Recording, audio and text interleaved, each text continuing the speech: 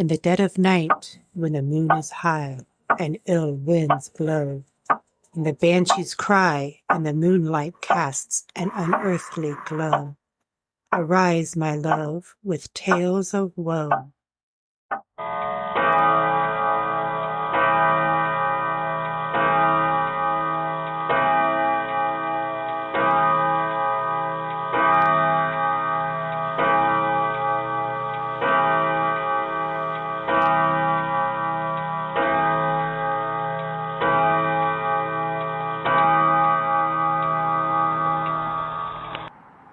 Good evening. It is 12 midnight, the paranormal hour. Welcome to Ghost. I'm your host, Chief Lawson. Ghost is a podcast to discuss all paranormal and parapsychology subjects. You can find Ghost on all major formats, so tell your friends, tell your family. Come listen to Ghost.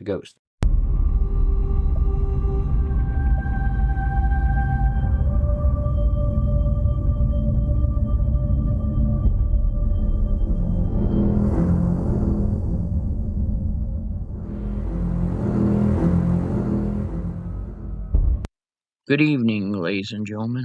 It is the midnight hour. It is time for Ghost. And tonight, we're going to take a little trip back to 2022. Prior to starting Ghost, we ran a small YouTube channel for a short period of time. And I answered some questions that came across Facebook. And I think they're really important today. And I really feel like this is an episode we need to relive. It's not super long, but I think it's important. And it deals with skepticism. So many times I've had people ask me, how do you make a skeptic believe? My answer is very plain and very short. You do not. Skeptics will continue to be skeptics until they see something or experience something that makes them a believer. My chief of staff many times has said he's looking for the blind light of the obvious. That's what's going to take to convert him from being a skeptic to a believer. And I think everyone is looking for some form of proof. Tonight, we will delve into that. I hope you enjoy this. And with that, let's begin the show.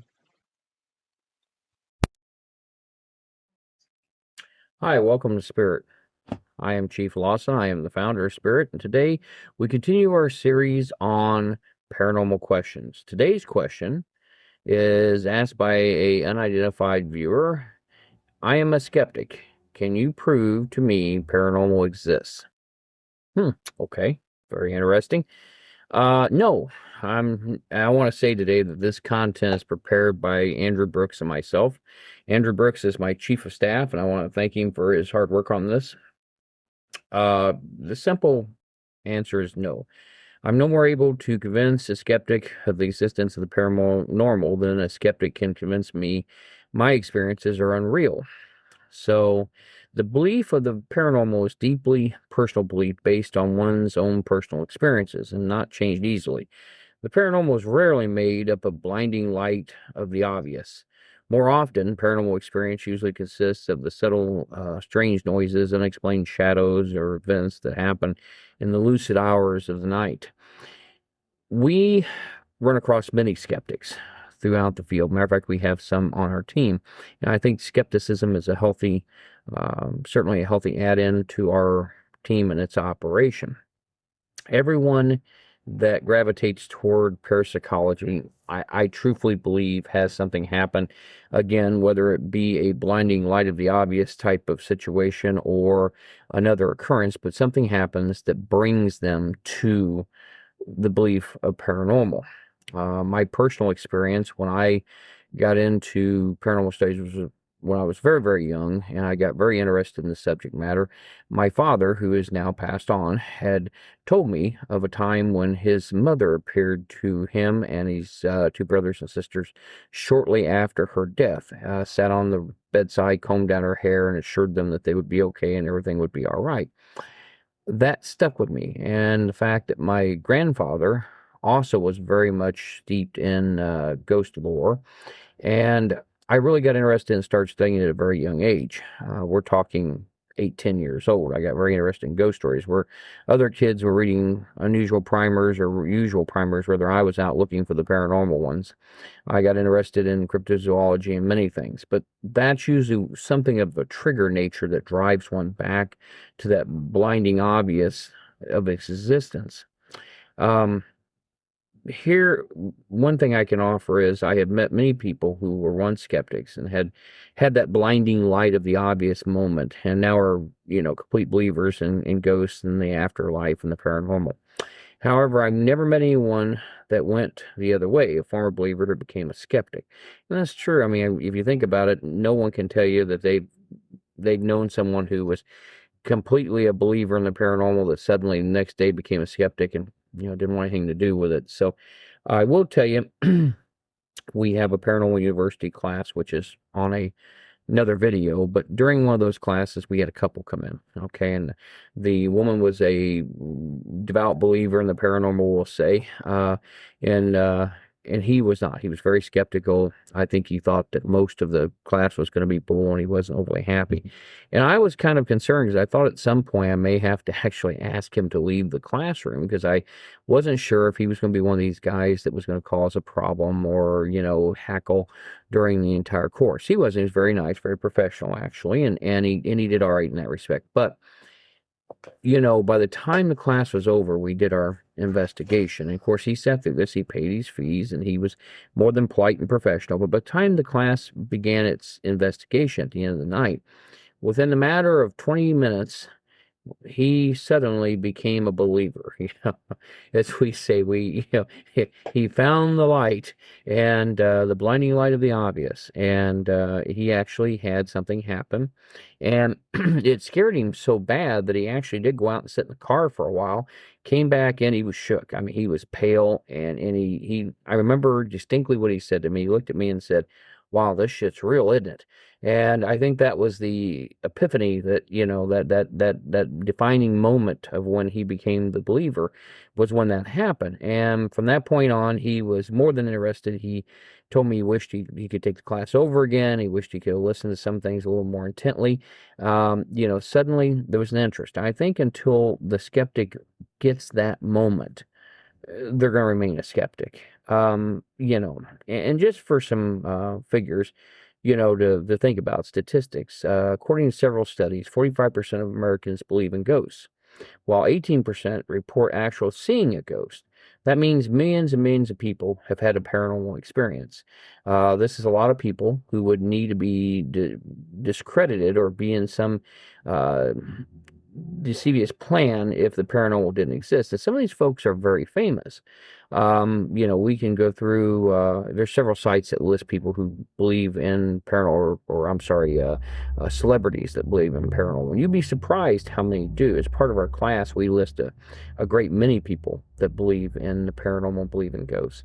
So, that does exist, and I think that to the point that belief exists, rather, to the point that it's more widespread than you think. More people than you would know probably actually believe in ghosts. If you were having a dinner party one night, oddly enough, that this subject matter would appear, but if you would ask them in the dinner party, your guests, how many, just out of curiosity, for sake of conversation, how many of you believe in the paranormal? How many of you believe in ghosts? And be surprised, there might be some believe in ghosts, not UFOs, not cryptozoology. Might be some believe in cryptozoology and not UFO and ghosts. So it's kind of interesting when you run that survey, if you will, as to how many will respond back. So converting a skeptic, no. I mean, and we don't try to. We believe that parapsychology will convert the skeptic on its own. I think most religions will tell you that when they try to convert followers, that they want them to have that oh wow moment, that blinding light of the obvious moment where they suddenly awaken. That epiphany brings them to that point. So we're going to say that, yeah, if skeptic is not going to be something you can change, they have to change on their own. So if we look at analogies, I mean, there's tons of things we can compare that to. But it still is what it is. They have to make that change. And we like to try to help them find that material to make that change. Come out and take one of our parapsychology classes, our Paranormal U. Check out the video on that, and you can check out our website, www.spiritindiana.com. For Facebook, please subscribe and like our videos. We appreciate that. For our returning viewers, we appreciate you. For Instagram, please follow us on Instagram, follow us on Facebook.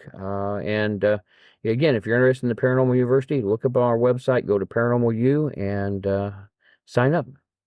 On behalf of Spirit, thank you very much.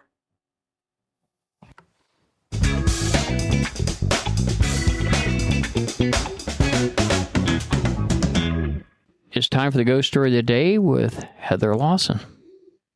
All right, another Mexican folklore legend, La Luz Mala, or the literal translation is bad light, but it would translate to evil light. Tales from Argentina and Uruguay speak of ominous floating lights that appear over swamps and fields. These lights are believed to be souls trapped in purgatory. It's said that if you approach, the light might vanish and unleash a deadly force. Those brave or foolish enough to approach might find the lights suddenly vanish, only to be met with a gust of cold, malicious air. Thanks for listening to Ghost to Ghost. Again, I'm your host, Chief Lawson. You can find Ghost to Ghost on all major formats on the 15th and 30th of the month at midnight. If you'd like to be a guest on the show, maybe have a question or subject you'd like to ask about on air or be used on the show, please email us at ghosttoghost@spiritindiana.com, ghosttoghost@spiritindiana.com. I want to thank my production staff on Spirit, Jennifer Verne, our research manager and our producer, and Heather Lawson, our trainer on Spirit and our podcast director, for helping make these podcasts possible. My chief of staff, Andrew Brooks, for his guidance and help on the scripts, and everyone else involved. Thank you so much. See you next time. Until then, stay safe and remember the truth is out there. Good night. Ghost to Ghost podcast and its contents is the property of Spirit Paranormal Ltd., all rights reserved. We welcome you to download and play the podcast and share with others for personal use. You may not, except with written permission, use or distribute its contents for commercial use. Spirit Indiana Paranormal, covering the Hoosier State since 2002, Indy's oldest parapsychology investigation group. If you're experiencing what you believe to be paranormal issues, reach out to us for help at www.spiritindiana.com or call our hotline at 317-883-9103. Again, that is www.spiritindiana.com or our hotline at 317-883-9103. Thank you for listening. Take care of yourself and the ones you love, and be safe out there.